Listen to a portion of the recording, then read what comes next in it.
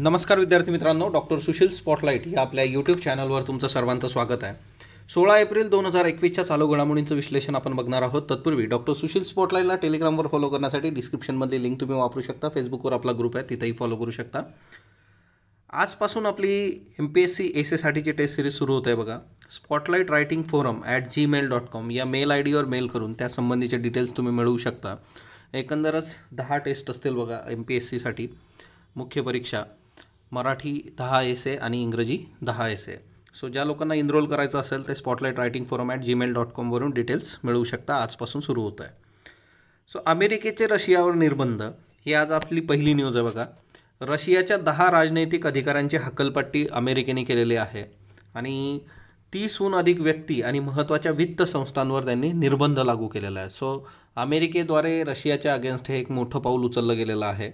10 राजनैतिक अधिकाऱ्यांची हकालपट्टी करणं, महत्त्वाच्या व्यक्ती आणि जवळपास वित्तीय संस्था ज्या आहेत त्याच्यावर निर्बंध लावणं.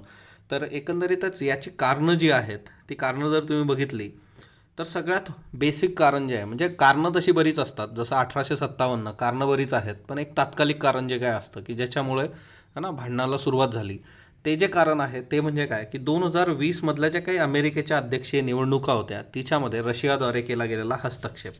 दुसरी महत्त्वाची गोष्ट की अमेरिकेच्या संघराज्यात्मक यंत्रणांमध्ये हॅकिंग केल्याबद्दल रशियाला जबाबदार धरण्यात आलेलं आहे अमेरिकेद्वारे. म्हणजे दोन गोष्टी आहेत. एक तर अमेरिकी राष्ट्राध्यक्षपदाच्या निवडणुकीमध्ये तुम्ही हस्तक्षेप करता आणि त्यातल्या त्यात अमेरिकी संघराज्यात्मक यंत्रणांमध्ये हॅकिंग करता. या दोन महत्त्वाच्या बाबी. आता याच्यामध्ये सगळ्यात महत्त्वाची बाब 2016ची जी अध्यक्षपदाची निवडणूक होती तिच्यातसुद्धा रशियाचा हस्तक्षेप झाला होता. याचीही बरीच चर्चा रंगली होती त्यावेळेससुद्धा. सो 2020मध्ये ते प्रयत्न होते आणि एकंदरीत ते तितकेसे वर्क झालेले नाही आहेत. हा एक महत्त्वाचा मुद्दा आहे. रशियाने दुसरा एक मुद्दा आहे की 2014मध्ये युक्रेनमध्ये घुसखोरी केली होती आणि त्याचा जो क्रिमियाचा जो भाग आहे तो स्वतःच्या ताब्यात घेतला. तो अद्यापही स्वतःकडेच ठेवलेला आहे. खरं तर तो युक्रेनचा भाग होता, पण रशियाने तो स्वतःच्या ताब्यात घेतलेला आहे. हा पण एक मुद्दा आहे. याचा मॅप आपण बघूयात. युद्धग्रस्त अफगाणिस्तान जो आहे तिथं अमेरिकेच्या आणि आघाडीच्या सैनिकांविरुद्ध हल्ले चढवण्यासाठी रशिया आर्थिक मदत देत असल्याचा अमेरिकेचा आरोप आहे. आता अफगाणिस्तानमध्ये जे काही अमेरिकेचे सैनिक आहेत आणि ती जी काही आघाडी आहे की जी अफगाणिस्तानमध्ये तालिबान किंवा तत्सम जी काही यंत्रणा आहे जी अफगाणिस्तानला स्वतःच्या हातात घेऊ पाहते, त्यांच्या अगेन्स्ट अमेरिका उभी आहे आणि अमेरिकेच्या अगेन्स्ट हल्ले करण्यासाठी फायनान्शियल एड जी आहे, आर्थिक मदत रशिया पुरवतोय, असंही अमेरिकेचा आरोप आहे. आता ऑब्वियसली रशियाची भूमिका काय असणार आहे, तर रशियाने सगळे आरोप फेटाळलेले आहेत. कारण तो रशिया आहे बघा. अमेरिकेतल्या निवडणुकीशी आपला संबंध नाही किंवा अफगाणिस्तानात इनाम देत असल्याचा किंवा आर्थिक मदत देत असल्याचा आरोप जो आहे तो रशियाने नाकारलेला आहे. आता सोलर विंड संगणक हल्ल्याची काही देणं घेणं नसल्याचं रशियाने म्हटलेलं आहे. म्हणजे आम्ही काही हॅकिंग वगैरे केलेलं नाही असंही रशिया म्हणतो, है ना. आता याच्यामध्ये बघा की हा रशिया आहे, हा युक्रेन आहे बघा, आणि इथला जो एरिया आहे हा क्रिमिया, याच्यावर रशियाने जे आहे ते स्वतःचा कब्जा केलेला आहे. आता इथं सी ऑफ अझोव आहे आणि खाली ब्लॅक सी आहे. ओके. सो हाही एक महत्त्वाचा मुद्दा आहे की सी ऑफ अझोव आणि ब्लॅक सी याच्यामध्ये काय आहे, तर याच्यामध्ये क्रिमिया आहे. MCQ करता हे लक्षात ठेवा, है ना, की सी ऑफ अझोव आणि ब्लॅक सी याच्यामध्ये असणारा देश किंवा याच्यामधला रिजन, नॉट देश, याच्यातला जो रिजन आहे तो क्रिमियाचा रिजन आहे. आणि इथं जे आहे सी ऑफ अझोव आणि ब्लॅक सी ही जे स्ट्रेट आहे ती केर्च स्ट्रेट आहे बघा. ओके. सो इथं जे आहे ती केर्च स्ट्रेट आहे आणि हा क्रिमियाचा जो रिजन आहे हा युक्रेनकडून हिसकावून घेतलेला आहे रशियाने. तर त्याच्यामुळे पण हा वादाचा मुद्दा आहे. सो मॅप लक्षात ठेवा, महत्त्वाचा आहे. त्याच्यानंतर रेमडेसिवीरच्या बाबतीमध्ये महाराष्ट्र राज्याचं जे काही कृती दल आहे त्यांनी काय स्पष्टीकरण दिलेलं आहे. जसं रेमडेसिवीरबद्दल तुम्हाला माहीत आहे की रेमडेसिवीर औषध हे जे आहे आताही जवळपास 2 दिवस त्याचा पुरवठा होणार नाही आहे. महाराष्ट्र शासनाने जे काही त्याच्यासाठीचं टेंडर उघडलं होतं त्या टेंडरमधली जी किंमत होती ती खूप कमी असल्याने कोणीही ते टेंडर भरलेलं नाही आहे आणि नक्कीच महाराष्ट्र सरकार बॅकफूटवर गेलेलं आहे. म्हणजे आता ही अतिशय वाईट परिस्थिती आहे, तुटवडा आहे. पण या रेमडेसिवीरबद्दल WHO काय म्हणतं, तर WHOने स्पष्ट केलेलं आहे कोविड-19 बरा करण्यामध्ये रेमडेसिवीरचा रोल जो आहे तो 0% आहे असं WHO डायरेक्टली म्हणतं. पण महाराष्ट्र राज्य कृती दल काय म्हणतं आहे, तर याच्यामध्ये त्यांनी म्हटलेलं आहे की रेमडेसिवीर इंजेक्शन जीवरक्षक औषध नाही, त्याच्यामुळे जीव वाचेल असं नाही आहे. रुग्णाचा मृत्यू याच्यामुळे थांबवता येत नाही, हे स्पष्ट केलेलं आहे बघा. दुसरी महत्त्वाची गोष्ट, रुग्णाच्या रुग्णालयातला जो काही मुक्काम आहे ते 1 ते 3 दिवसापर्यंत कमी करण्याव्यतिरिक्त रेमडेसिवीर कोणताही उपयोग त्याचा नाही. म्हणजे जो रुग्णालयात आहे त्याचा मुक्काम तिथला कमी करू शकतं. पण जर एखादी व्यक्ती है ना, म्हणजे त्याचा मृत्यू होणारच असला कोविड-19, त्याला थांबवू शकत नाही ते. रेमडेसिवीर हे विषाणूरोधी औषध आहे बघा, विषाणूविरोधी आहे, बरोबर आहे है ना, अँटीव्हायरल आहे. पण विषाणूच्या वाढीला अवरोध करणारं हे जे औषध आहे ते रुग्णाला संसर्ग झाल्याच्या 2ऱ्या ते 9व्या दिवसापर्यंतच वापरायचं आहे. 2nd to 9th एवढ्याच याच्यात तुम्ही वापरू शकता. 10व्या दिवसानंतर या औषधाचा उपयोग होत नाही, असाही महत्त्वाचा मुद्दा त्यांनी स्पष्ट केलेला आहे. सो बेसिकली 2ऱ्या ते 9व्या दिवसापर्यंत रेमडेसिवीर वापरलं तर ते वर्क होऊ शकतं, अदरवाईज नंतर ते वर्क होणार नाही आहे. 6 मात्रांपर्यंतचं औषध जे आहे ना, 6 मात्रा दिल्या तुम्ही, त्याच्यानंतर जर तुम्ही देत असाल तर त्याचा काही उपयोग होत नाही, ते निरुपयोगी ठरतं. आता रेमडेसिवीर एक घरी घेण्याचं औषध नाही, हाही एक फार महत्त्वाचा मुद्दा आहे की काही लोक हे प्रयोग करतात की घरी रेमडेसिवीर वगैरे देणं. तर रेमडेसिवीर एक घरी घेण्याचं औषध नाही आहे, ते कटाक्षाने डॉक्टरांच्या निरीक्षणाखालीच घेतलं जाणं आवश्यक आहे, अंडर ऑब्झर्वेशन. ओके, सो हा एक फार महत्त्वाचा मुद्दा आहे रेमडेसिवीरच्या बाबतीमध्ये.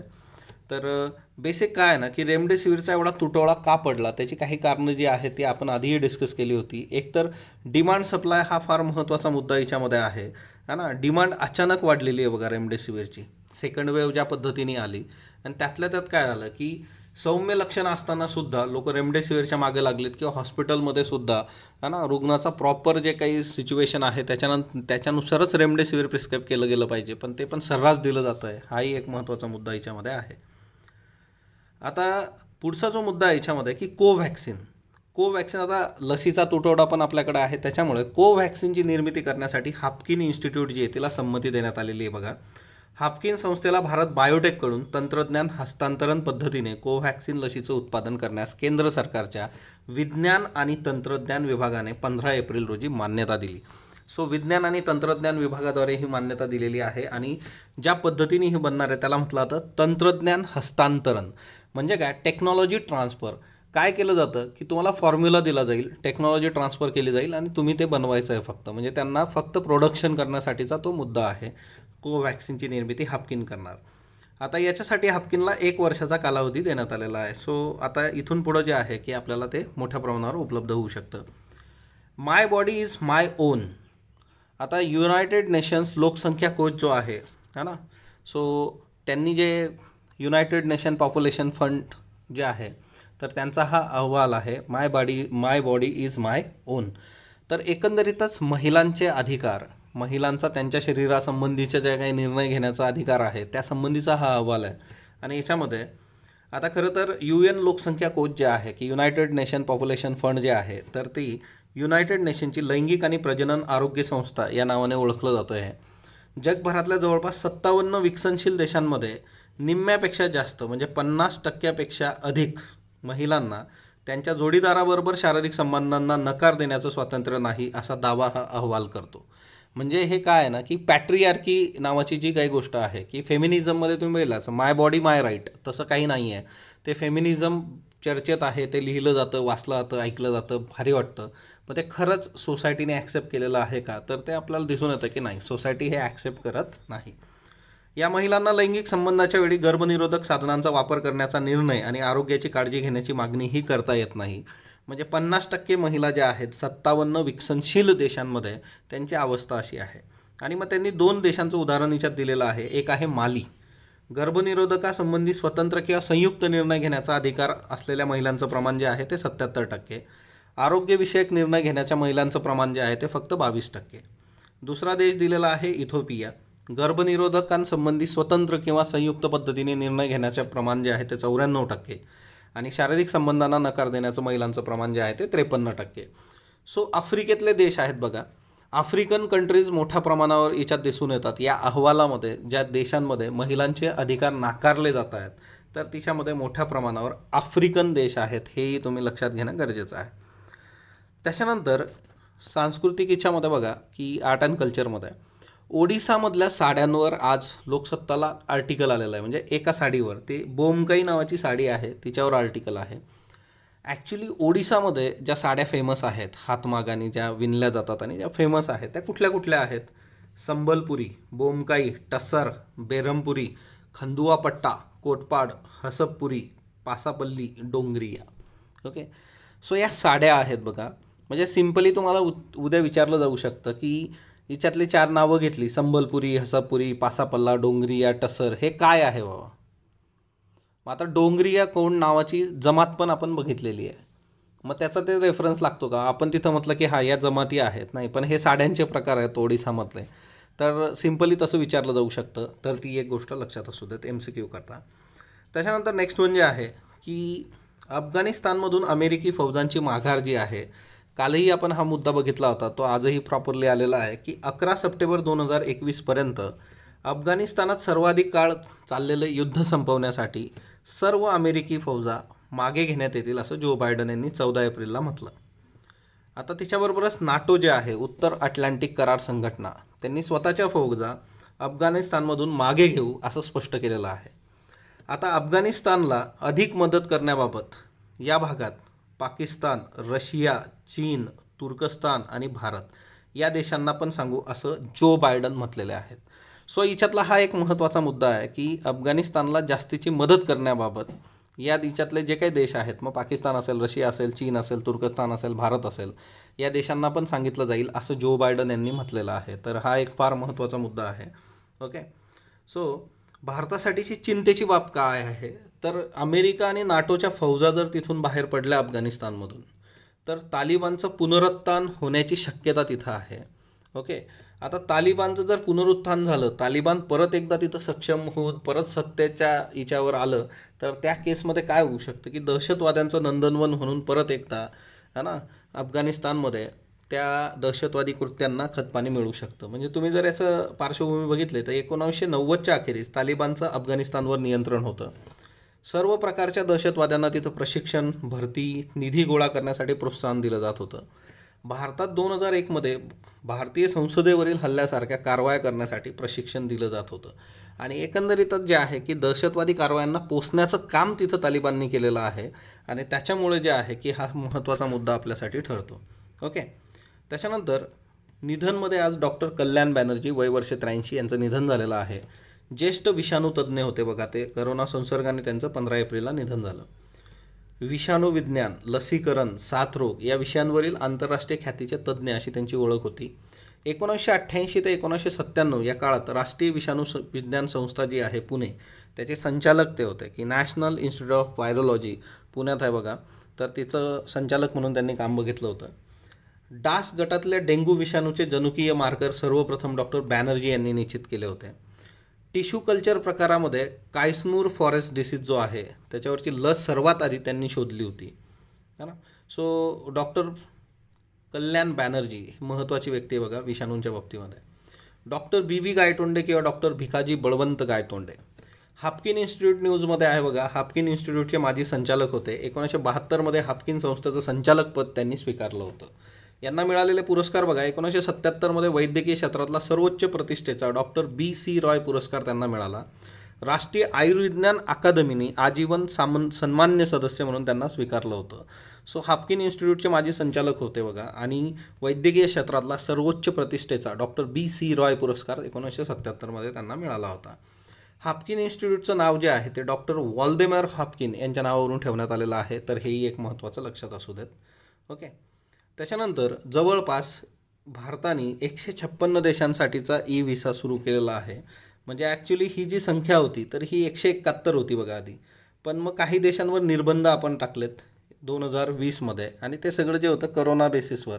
मग त्याच्यामध्ये आहे की चायना असेल, UK असेल, कॅनडा, हाँगकाँग, Indonesia, Iran, Malaysia, Saudi Arabia, है ना. तर अशा काही देशांवर आपण ते रेस्ट्रिक्शन टाकले होते. ई-व्हिसा कशासाठी मिळू शकतो? आता 171 आधी होतं, आता जे आहे ते 156 आहे बघा. फक्त 156 देशांना ई-व्हिसा. आता हा ई-व्हिसा कशासाठी मिळणार यांना? एकतर मेडिकल असेल, बिझनेस असेल, हा ना, त्याच्यासाठी, किंवा कॉन्फरन्स असेल त्याच्याकरता. तर हा एक महत्त्वाचा मुद्दा आहे. टुरिझमसाठीचा ई-व्हिसा अजून रिस्टोर करण्यात आलेला नाही. तर हे लक्षात ठेवा, टुरिझम अजूनसुद्धा आपण ओपन केलेलं नाही आहे. तर हा एक महत्त्वाचा आस्पेक्ट लक्षात असू द्यात.